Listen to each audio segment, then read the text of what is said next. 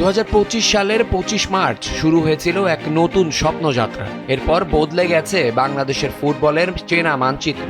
হামজা চৌধুরী আর সমিত সোমদের জাদুকরি ছোঁয়ায় ফুটবল এখন আবারও কোটি ভক্তের হৃৎস্পন্দন। এশিয়া কাপ বাছাইয়ের সেই মহাকাব্যিক লড়াই এখন দাঁড়িয়ে শেষ অঙ্কের দ্বার প্রান্তে।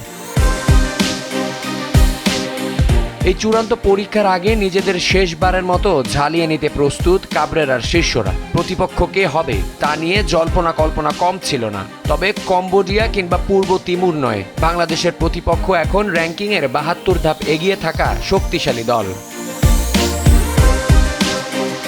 সিঙ্গাপুরের বিপক্ষে এশিয়া কাপ বাছাইয়ের মহা গুরুত্বপূর্ণ ম্যাচের আগে বাফুফে চেয়েছিল একটি শক্তিশালী প্রীতি ম্যাচ।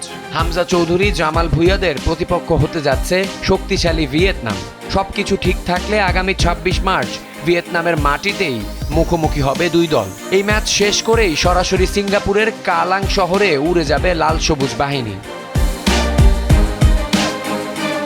মাঠের লড়াইয়ে নামার আগে ভিয়েতনামের সাম্প্রতিক ফর্ম বাংলাদেশের জন্য বড় এক চ্যালেঞ্জ।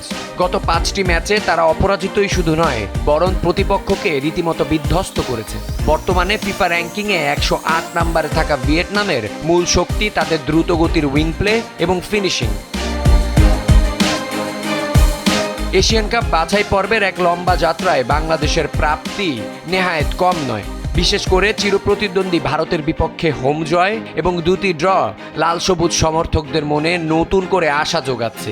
6 ম্যাচে সেই লড়াকু পারফরম্যান্সে বাংলাদেশ এখন টেবিলের 3য় অবস্থানে। যদিও গাণিতিক সমীকরণে মূল পর্বে জায়গা করে নেওয়ার সুযোগ আর নেই।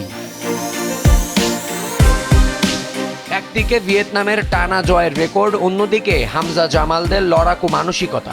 সব মিলিয়ে র্যাঙ্কিংয়ের 72 ধাপ ব্যবধান ঘুচিয়ে কতটা প্রতিরোধ গড়তে পারে সেটাই এখন দেখার বিষয়। ভিয়েতনামের মতো শক্তিশালী প্রতিপক্ষের মুখোমুখি হওয়াটা হবে কোচ হাভিয়ার ক্যাবরেরার জন্য অ্যাসিড টেস্ট। গত 5 ম্যাচে টানা জয় আর 14 গোল করা ভিয়েতনামের ঝড়ের সামনে হামজা জামালদের রক্ষণভাগ কতটা অটুট থাকে সেটাই এখন দেখার বিষয়। এই কঠিন চ্যালেঞ্জ যেমন আত্মবিশ্বাস দেবে, তেমনি সিঙ্গাপুর বধের আগে নিজেদের শক্তি ও দুর্বলতা পরখ করার শেষ সুযোগ করে দেবে। ডেস্ক রিপোর্ট, সময়ের আলো।